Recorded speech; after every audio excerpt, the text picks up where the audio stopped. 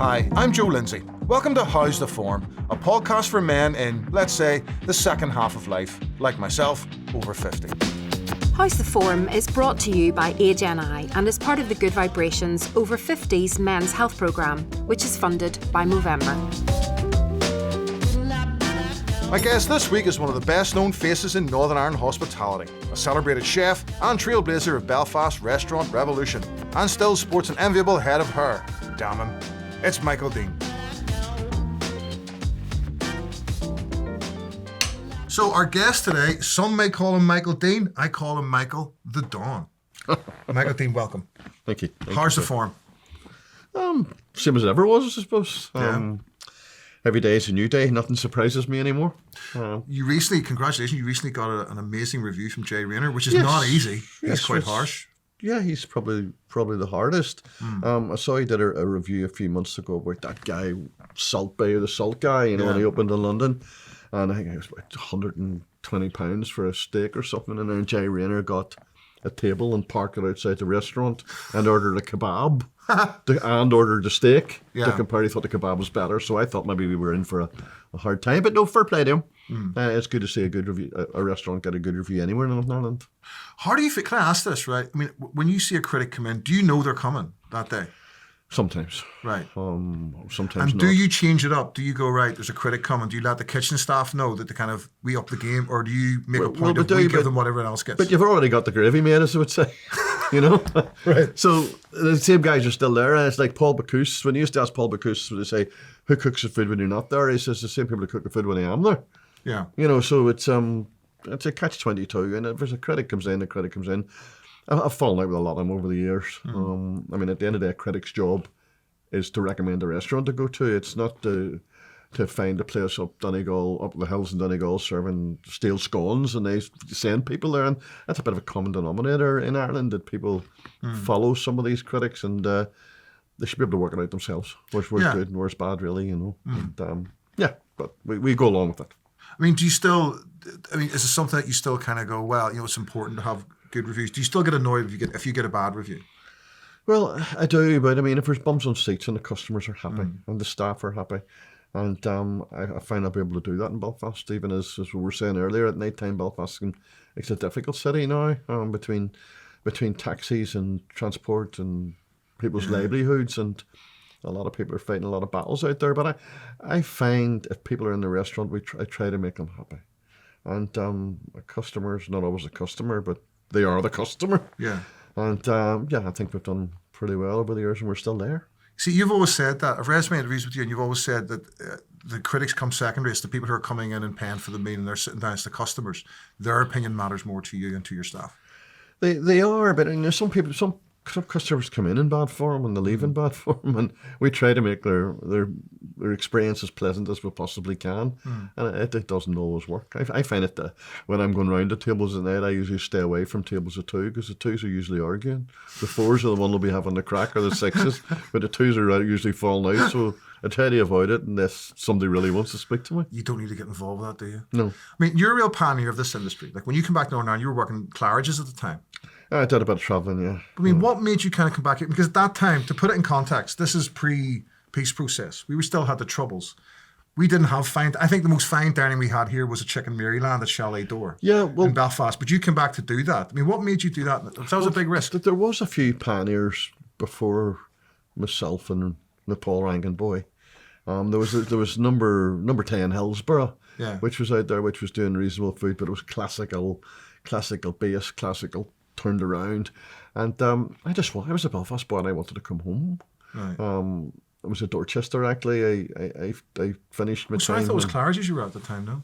Pardon? I thought it was Claridge's you were at the time. I started in Claridge's. Okay. I started in Claridge's washing pots and doing all sorts of silly things. And when I first went to London, I slept in Cardboard City at Waterloo there. I tried to find some accommodation. It was very difficult for a Belfast boy with long black hair in the 70s.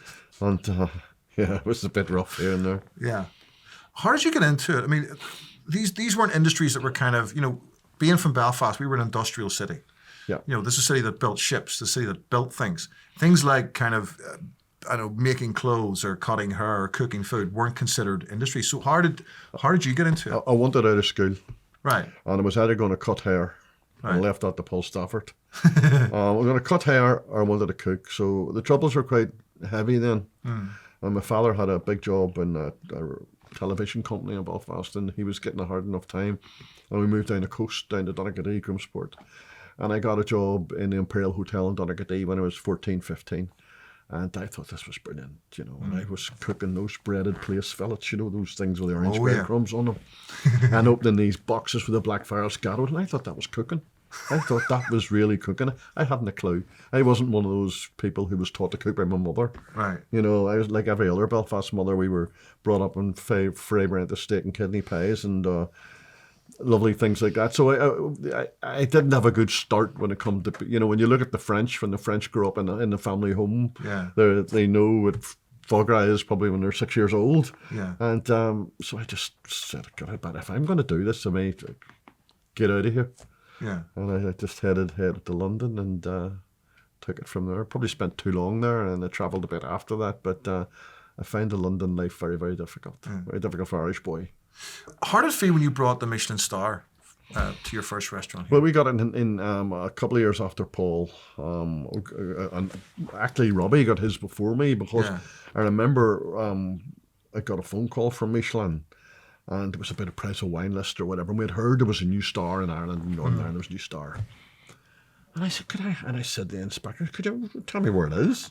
He says, it's in Shanks in Clannyboy Estate. Do you know I never left the restaurant for a year after that? Really? I never left. I slept in there. I scratched in there. I tortured the staff in there. I didn't leave it for a year. I just didn't open the door. And I got my head down. And we got ours the next year. Wow. That shows you how the Michelin thing is very powerful. It's very powerful, especially in those days. It was very powerful. And the way the world's going now, I mean, we've handed ours back now. Right. Because I always said if I don't have the people who are that motivated to do it, I won't go back in myself to do it. So it's time. It's time for something else for me. Right. But you held it longer than any other restaurant. About 25 years all together. And for that's not any restaurant in Ireland. No, Paddy Cable in Dublin has held it longer than me. I think. Really? Yeah, I think he's a bit longer, a bit older too. Right, okay. But Gable, I'm very, very successful restaurant. During that time of Michelin, after Robbie died in a car crash, we were sort of 10 years all together, span against the stars. And then when he died, I was stood by myself upstairs in Deane's for about 10 years as the only starred restaurant. Yeah. And then you have Ox come along, and got mothers, and it's a bit of fresh blood in it, a bit of more youth. And yeah, Belfast is a reasonably good food city. Yeah. As far as I'm concerned, it's not Copenhagen. It should be more like it. Yeah. I remember cooking in a bank in Copenhagen in about 1980 when I came back for the tourist board, and Copenhagen was as backward as we were then. Right. And all of a sudden now it's probably one of the major food cities in the world, and we just haven't moved, probably because of the political situation, all sorts of things on the table why we haven't moved. But it's getting better. It's getting better. There's good restaurants. What is your approach to cuisine? Like, what's your approach when you were setting your restaurants up, and even now as a chef? What is your approach? What's the most important aspect of it for you? Well, I mean, it's the produce is important. Right. The food's got to be key, and the service has got to be key. Atmosphere, location. There's a lot of things, and I think if you speak to a bank, when they speak to a bank, they'll tell you the failure rate of restaurants, I think, is about 12 and 13. Wow. The bank don't lend people opening restaurants money anymore because they're very, very, very difficult. And when you look, people probably see this as a grey area, but when you look at when the minimum wage went up last year, and it's about to go up again, they put £200,000 on our wage bill. £200,000 a year on our wage bill. Along with, they said it's caused by the war with the energy. We're carrying £40,000 a month sector energy. Yeah. On top of that, so people say we'll have to suck it up, and I say, well, we're going to suck it up with. Yeah, exactly. But the price of food is crazy. People's own problems at home with mortgages and interest rates and shopping, it's difficult. Yeah. And I think it's going to become more difficult before it gets any better. Yeah. And it's not for me. People say to me, what do you do? I say, I fight fire. That's what I do every day. I fight fire. And I try to manage my people and the business the best way I can. I don't know if the fun and the enjoyment's there anymore. I think if I had to look back and people say to me, if people were to tell me what it's like, it was going to be. Yeah. Like, no, I probably would have said I would have be away. Really? And going back to the terrible word, the COVID word, I probably really did think heavily about packing it in during COVID. I hadn't enough to live forever, but I have more than I have now. Wow. Okay. And I think COVID more or less single-handedly destroyed hospitality. It did. On the back of the European Union exit. There's a lot of our staff from Europe, Lithuania, Hungary, Russia, disappeared, weren't allowed back in. Yeah. No, they weren't allowed back in. And then within the last couple of days, I'd say we're about 30 staff short. Within the last couple of days, when one of the government ministers throws £38,000 in as any import and any worker that comes in from abroad, the wage you've got to pay them is 38 grand for somebody to stand and wash and break plates. Yeah. So to me that doesn't add up. The business model to me doesn't add up anymore. So we just have to work with what we've got. The government will say, oh well, the British workers will fill in the gaps, but they're not. They're not filling in. We used to have an exchange policy with French students in colleges. We would do a swap each year. And we're not allowed to do that. We're not bringing in any other cultures. We're not bringing any more life into the food industry. It's going to become kind of a cultural cul-de-sac, isn't it? Isn't it just? Yeah. I love going into a restaurant and listening to a French waiter or an Irish waiter, but whatever. But now it's getting very, very few and far between that we're getting talent from abroad. There's nobody there anymore. So we've got to work with what we got. We're continuing to work with what we got until it's over. I don't think they'll fix it until it's completely broken. Well, yeah, that seems to be the way it's going, actually, in terms of everything after COVID. Yeah.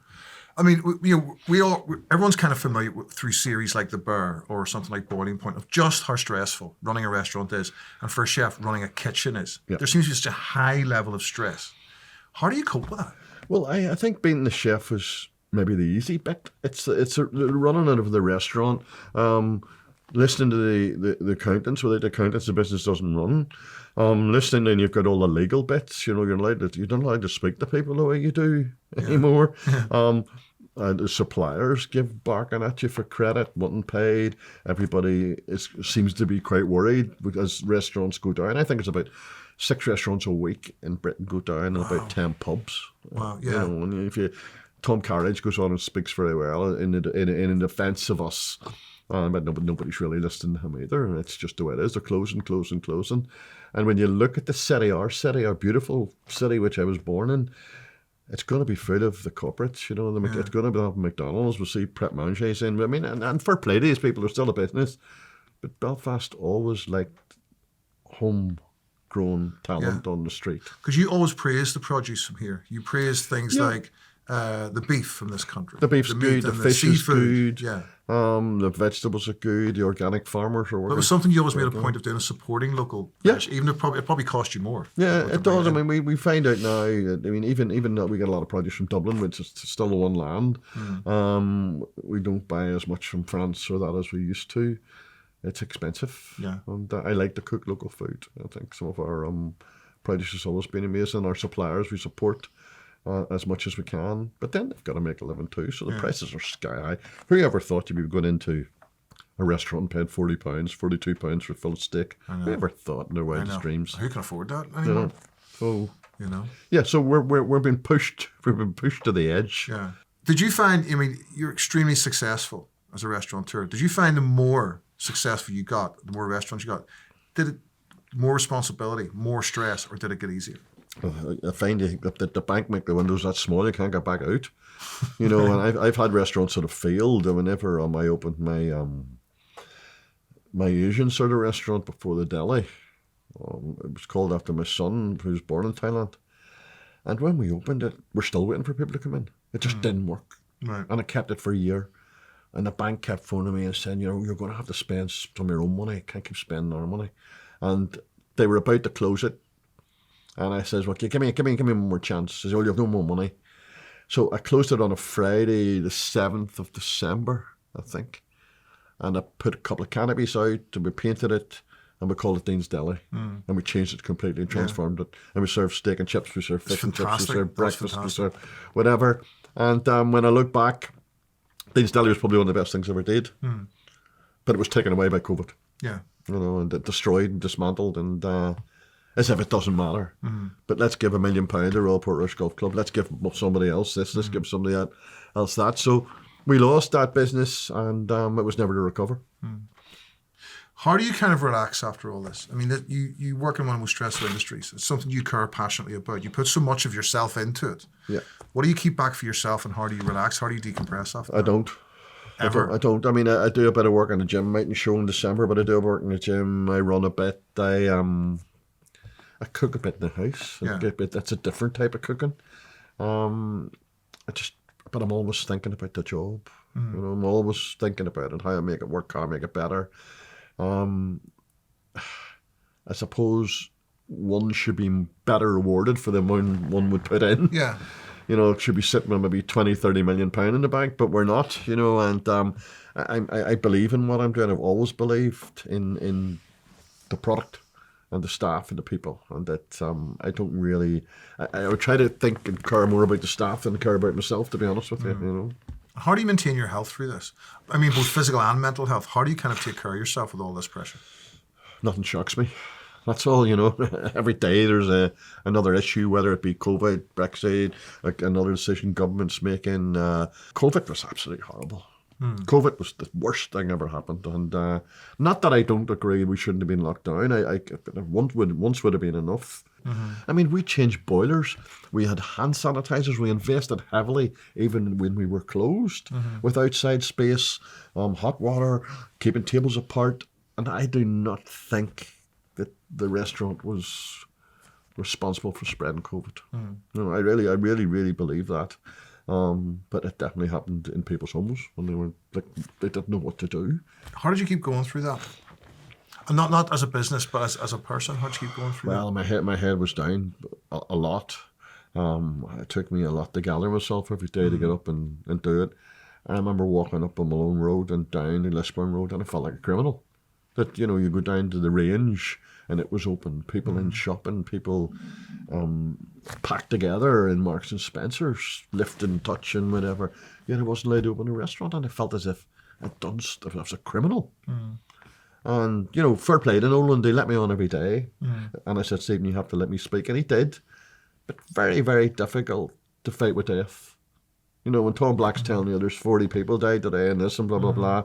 And if you're having Christmas this year, don't hug your granny. You know, when you have a buffet and all that. And doctors advising me what I should be doing in a restaurant that wasn't even allowed in. So I took it all very thick. Yeah. You know, and we lost a lot of money, and, you know, we were still having to pay our suppliers. Yeah. I still kept all my staff on. Right. Even though they got this wonderful furlough money, it did help save. But then after furlough, people didn't really want to work that hard. It changed the whole face of the whole UK workforce. And now we're hundreds of thousands of people short across UK, and we're not allowed foreigners in. And when they announced, I was on the radio the other day with one of the Tory Conservative ministers, Northern Ireland Conservatives, and we were talking about the immigration policy. Now, upstairs in the hotel, we've got 150 people live in it from Albania or whatever they're from. Lovely people. Now, when they come down, they want to work. Yeah. They're doctors, they're solicitors, they want to work. They're stuck in a room upstairs, and they're not allowed to work. And I says, well, we've got 3 or 4 colleges which are at the cost of millions of pounds. Millions of pounds. Why not put them in the colleges and train them?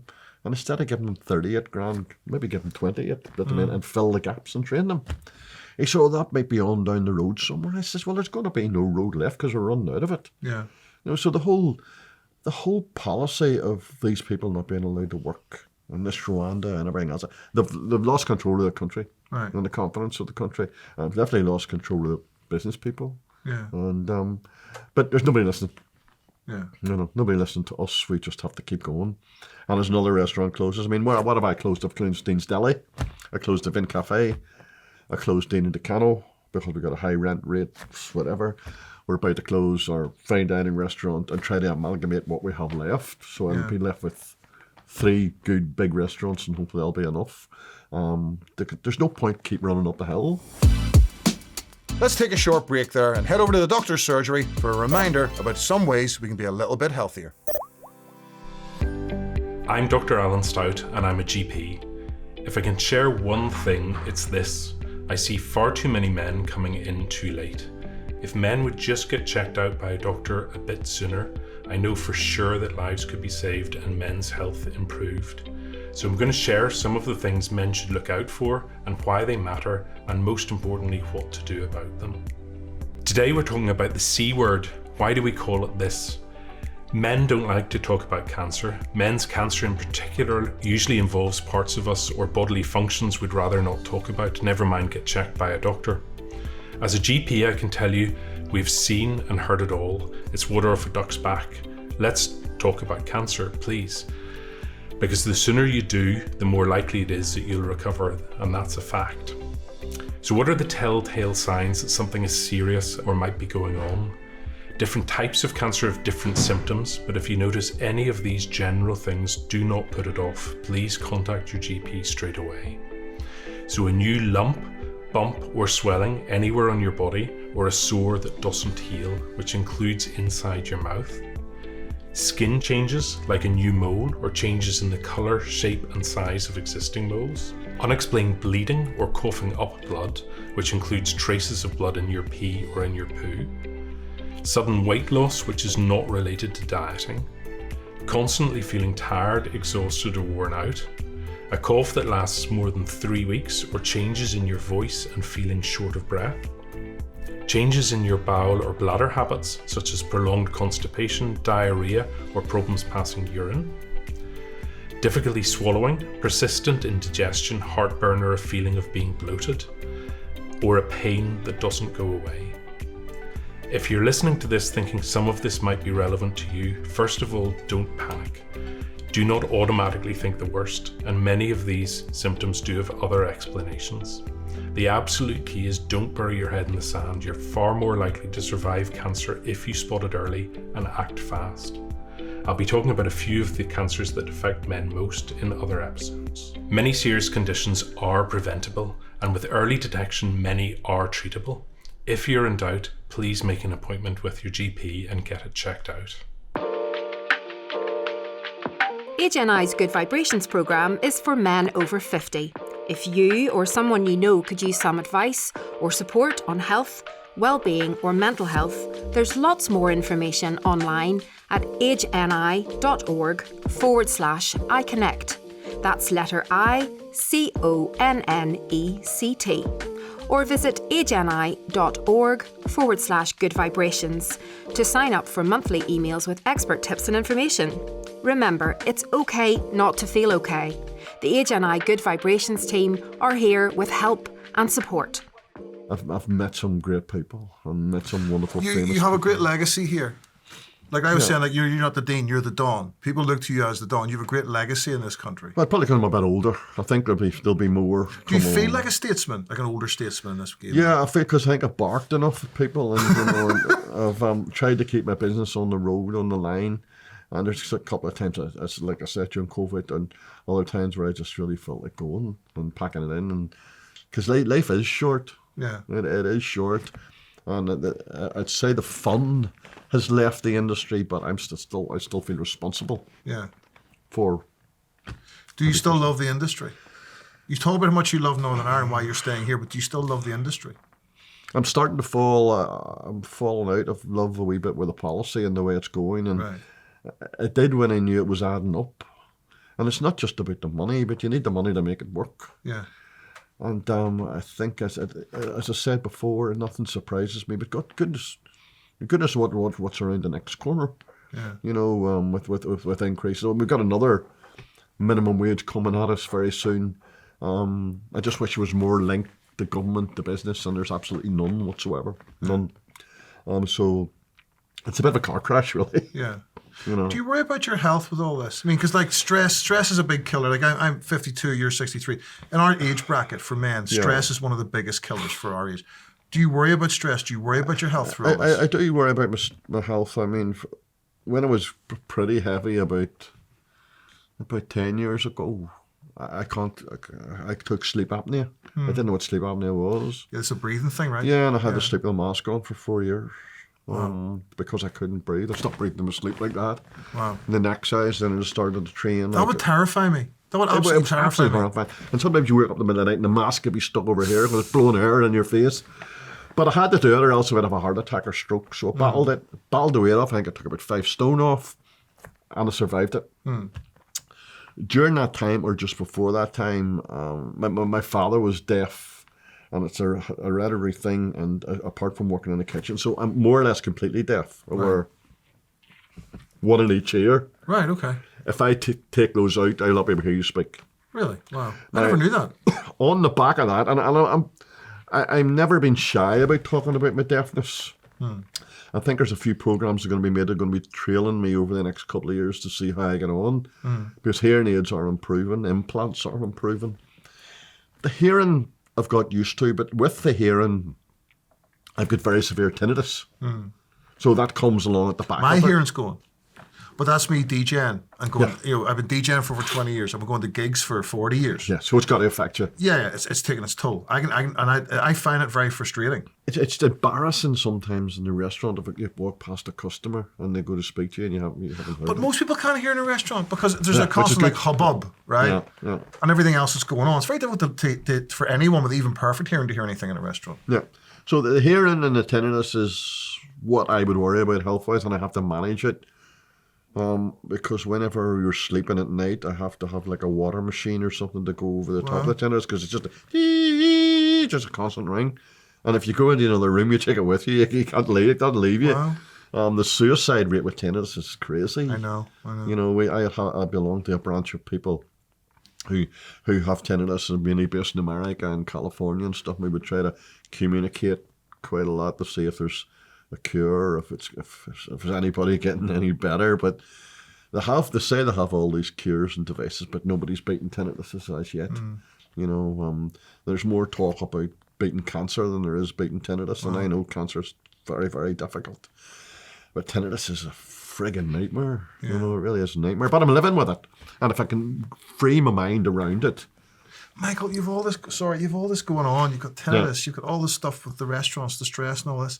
You have a lot going on. You're spinning a lot of plates. Pardon, it's all pun intentional. Yeah, and you're spinning a lot of plates at the same time. I went last week about to get when Joe Toner's a great hearing man about maybe getting an implant. Wow. But, you know, I've got an implant only because I still have my hair, and I see a lot of people. You have a good wig of hair there, like you do have a good wig of hair. I see a lot of people in the restaurant who have got implants. Right. And it's shocking. Look, I don't want to walk around with a plug in my head in the restaurant or just go. But I think it's safe to say you're keeping your hair for the rest of your life. You've hit 63, you've not lost it yet. Absolutely. I think you're going to be okay there. And my father lived, he was 95 and he still had his hair. Right. And it was black and silvery grey like my own. Yeah. You know, so I thank goodness for that. And that was something else you had to deal with as well, the death of your father. You took that was very difficult for you. It was, my father was, I was very close to my father. Yeah. He was a good man, a very Christian man. Right. And he had a very serious heart attack. When he was 70, he did recover. And my mother was a bit all over the shop. She suffered a lot from depression. She liked a few drinks and whatever. So he was very Christian. And after the heart attack, he decided he wanted to make a country music record. Get out. Yes, he wanted to go to Nashville. And Mr. McRae, the great Reverend William McRae, arranged for him to go to Nashville. Okay? So he got on the plane to go to Nashville. He stopped at Atlanta, heading on down to Nashville, and I was just going up to see my mother. They lived in Ballymoney at the time. And as the people opened the door, they lived in a fold. As a lady opened the door, she says, "I'm so sorry to hear about your mother." He was only 2 hours in the air and she died. Oh my God. She died. So then my wife Kate, who would hear a lot better than me, because I couldn't talk to people in Atlanta with my hearing, and we had to get my father back on the same flight. Told all the staff not to tell him what had happened. He managed to get on a public phone, phoned one of the restaurants and said Michael's had to go home because his mother's died. Oh.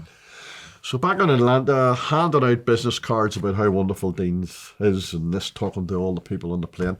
And it shows, you know, experience is a wonderful thing and age can be a wonderful thing. And when I met him coming back off the plane in Dublin, I couldn't cope emotionally. I just couldn't cope with some bits. And he was fine. He was fine, even though he loved my mother. Never been apart for years, for 30, 40 years, never been apart. It was only time being apart and she died. And then he came back and he remarried. He remarried a lady who was blown apart in the first Abercorn bomb, who lost one of her legs and some of her sight. And they were married for about 20 years after that. So he just went last year. And I had a conversation with him the day before he was died. He was just confused because he knew where he was going. He was just worried about what he was leaving behind. Right. You know, and what was going to happen to the restaurant and what was going to happen to my son and what could we do? And he just totally confused. He died the next day. Just went. Yeah. You know, and that was hard for me. It was hard, you know. Of course. He was a good man. Yeah. You know, there's not a day that goes by I don't think about him, you know. But that's it. We'll see him someday. But he sounds very similar to you. Like your father had a very sort of philosophical view of life, which you seem to have as well. I think no matter what happens, you seem to be on the right side of what to do. That you've got the right priorities with life. He was a better man than me. You know That's what I mean? being modest, probably. No, he was a better man than me. You know, he definitely was. His values were better. His values were stronger. He treated people probably better than me. You know, I mean, you got to be hard when you're in this business. You know, and sometimes I would say things to people, but maybe I'd regret saying. You know, No, everyone does that. Doesn't make you a bad person. You know, it was this. There's a very well-educated boy who works in my kitchen, and he was trained as a scientist or something. And the other week, he was standing with a bowl of cream, and he was putting it into the bin. I said, "What are you doing with that fucking cream? What are you doing that for?" He says, "I whipped too much." You know, things like that. Right. Well-educated people doing stupid things, and then Yeah. and then I probably should teach people better and be nicer to them whenever things like that happen. But I don't want to go off on them. I know, but you know? there's too many other things going on to kind of maybe do that or pay attention to that. But at least see the thing, it could be worse. You could be doing that and not be aware you're doing it. Absolutely. You're actually aware you're doing it, which is a good thing. But when I was in the bad old days of wanting the Michelin star and wanting to be the best cook in the world, and when I had my own restaurant, you know, I'd be quick. I wanted to touch everything. I wanted anything that moved, I was touching, and I'd throw a plate. I'd do this, I'd do that, I'd throw a pan, and I'd so it'd be. And you could see that, you know, you could see that sort of Marco Pierre White sort of thing coming out, that you were quite vicious. Yeah. In a lot of ways. And at the end of the day, it was only a plate of food. Yeah. You know, and when I probably look at it now, and then you go back to where we started with the Jay Rayner thing, imagine if the plate of food had been crap. I know. You know, so it's a double-edged sword all the time. For someone who, every goal you set yourself, you've succeeded at it. You know, throughout your life. Like you said, there were some things didn't work, but everything that you want to work did work. Yeah. So what are your goals now? Health, I suppose. That's it, but how can you, what steps are you taking to sort of maintain Well, that? I mean, I try to drink plenty of water. I still drink too much alcohol. Everybody in this business probably does. I try to walk, I try to run, I try to exercise, I try to program my mind to what's ahead of me and what's not ahead of me. There's a lot of people in this business just go off the edge. Yeah. There's not many shifters. There's very few survive to your age in this business. Still in business, if you know what I mean. Look. Either their lifestyle takes them, or they just failed the business. To be your age, it's still here. Yeah, quite yeah. simple. There's not many. There's not many at my age that are still here at Yeah. that, and I feel I'm still fresh enough, you know. And I feel as if I've another good 10 years in me. I've got a little place in the Algarve which I go to. I used to go once a month actually before COVID, and then I wasn't there for 2 years. Wow. And I haven't been for a few months, but I go there and it's close to the water. I don't like to. I used to travel, but now I only travel there. I go from Belfast to Ferro and I've a taxi for 15 minutes, and I'm sitting on the terrace. I've got a car there. I've got everything there, so I don't really want to go anywhere else. No. And I'm a happy boy there. So that. But I'm still working. I've still got the iPad. I'm still on the phone. I'm still making sure the business is ticking over. So that would help. I love the sun. Don't we all? Yeah. Michael, it's been a pleasure. Thank you. Thank you. And good luck to you for the rest of it. Good. That's right. Before we finish off today, let's take a minute or two to pause with Owen O'Kane, who has some great advice on how we can be kind to our mind.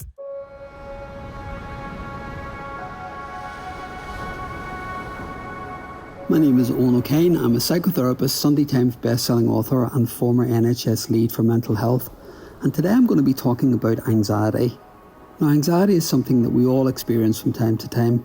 It's a normal human process. You know, anxiety mechanisms keep us safe and protected, so it's normal to have anxiety.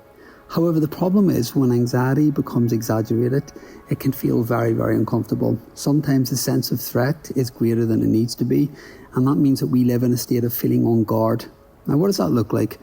It means that you can experience anxiety in your body. You might feel like you've got knots in your stomach, tension in your chest, headache. Generally, you might feel heavy. You might notice your mind is in overdrive, thinking too much, worrying about lots of stuff, almost feeling like your head could explode. And of course, emotionally, it can feel challenging. You might feel dread, overwhelm, just a general sense of uncomfortableness. Now, none of this is abnormal. It just means that your anxiety is highly elevated and exaggerated. And I guess really your responsibility is to kind of reduce that as much as you can. And one of the ways you can do that is firstly to accept that your anxiety is normal. I think many people struggle with anxiety because they believe it's abnormal, when in fact it's a normal process. Secondly, I'd really encourage you to think about your anxiety as a helpful thing rather than an enemy, because the moment you do that, you change your relationship with your anxiety and it doesn't feel as big a threat. And finally, it's worth remembering, the more you can quieten your mind and body in whatever ways work for you, you will reduce a sense of tension in your body, which will in turn help you quieten the mind, and suddenly you will feel a greater sense of control.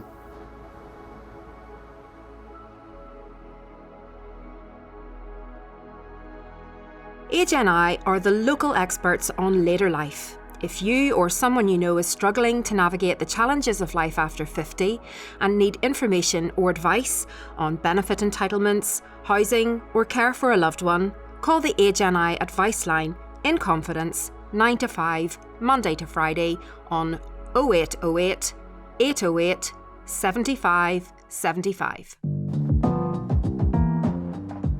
That's it for this episode of How's the Form. Hope you'll join us next time.